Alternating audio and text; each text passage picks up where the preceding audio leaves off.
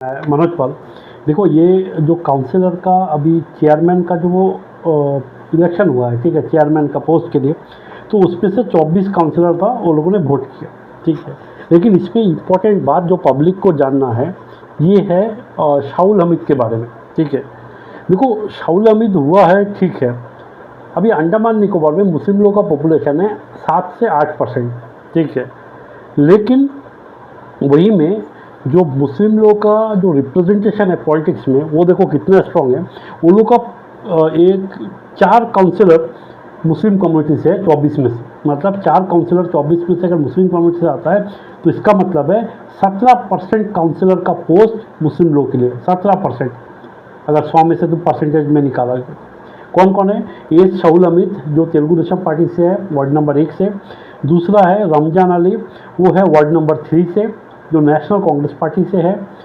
और तीसरा है अब्दुल सलाम, जो वार्ड नंबर 4 से है, इंडियन नेशनल कांग्रेस। और 6 नंबर वार्ड से अजीजुर रहमान, जो भारतीय जनता पार्टी से है। इसका मतलब ये होता है कि बीजेपी जो है ये मुस्लिम लोगों को भी टिकट देता है। तो मतलब अंडमान निकोबार में BJP is not a Hindu party. याद रखना, अंडमान निकोबार में बीजेपी हिंदू लोग के लिए नहीं करता, क्योंकि 6 नंबर वार्ड से तेलुगु मेजोरिटी होने के बाद भी कोई भी बीजेपी जो हिंदू लोगों के लिए बोलता है, हिंदू लोगों को बचाता है, करता है, हिंदू लोगों को टिकट ही नहीं देता घंटा, ठीक है। यही याद रखना। सेकेंड बात यह है कि जो शाहुल हमीद का बीवी है, ठीक है, इसका नाम है सायरा बानो। ये बैंक में मैनेजर था। मैंने एक केस किया था कलकत्ता हाई कोर्ट में, वो अभी सुप्रीम कोर्ट में कर रहा हूँ, ठीक है।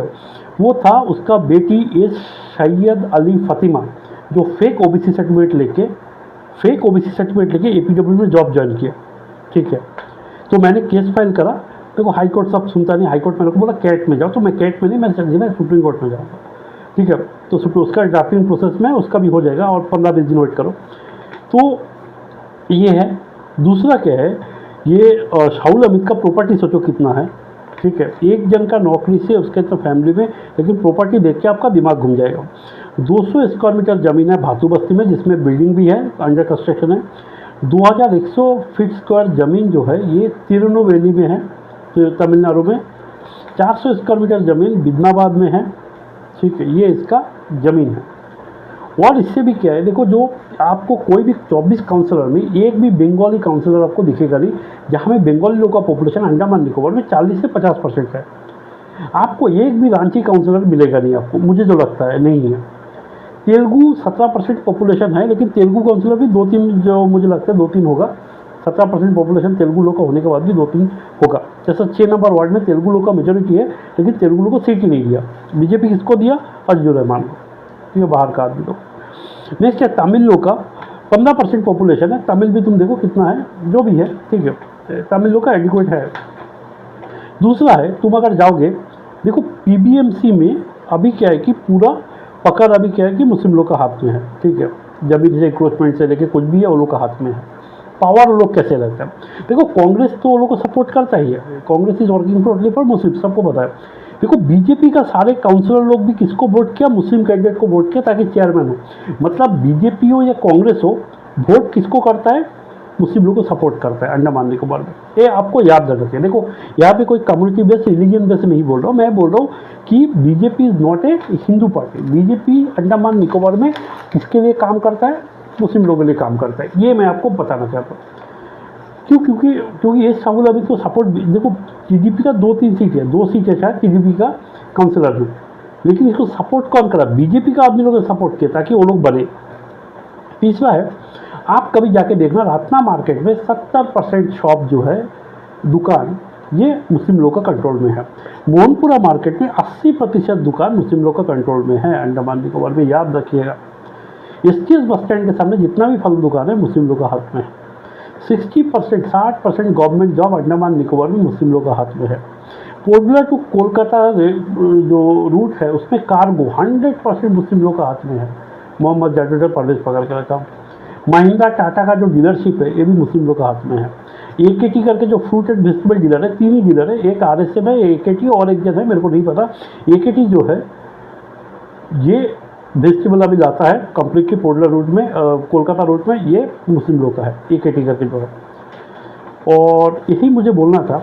देखो, आप सिर्फ अंडमान निकोबार में जो बिहारी रोहिंग्या भी तगड़ा से भर रहा है, ठीक है, तो आप लोगों को समझना है कि आप लोगों को क्या करना पड़ेगा अंडमान निकोबार में। अगर बिहारी लोगों को इतना भरने दोगे, इलीगल बांग्लादेशी रोहिंग्या को इतना भरने दोगे, तो अंडमान में क्या होगा, जो हम लोग पुराने लोग हैं वो लोग का धीरे धीरे खत्म हो जाएगा। कोई पावर में नहीं है, पॉलिटिक्स में बड़े बड़े पोस्ट में बंगाली खत्म है, ठीक है, गवर्नमेंट जॉब में नहीं है, रांची तेलुगु सब नहीं है, ठीक है, बिजनेस में भी नहीं है। वो लोगों के पास ही पैसा है, वो लोग ही सारा कंट्रोल करता है। जिसका पास पैसा है वही पॉलिटिक्स कंट्रोल करता है अंडमान निकोबार में, याद रखना, क्योंकि पॉलिटिकल पार्टी को फंडिंग करता है।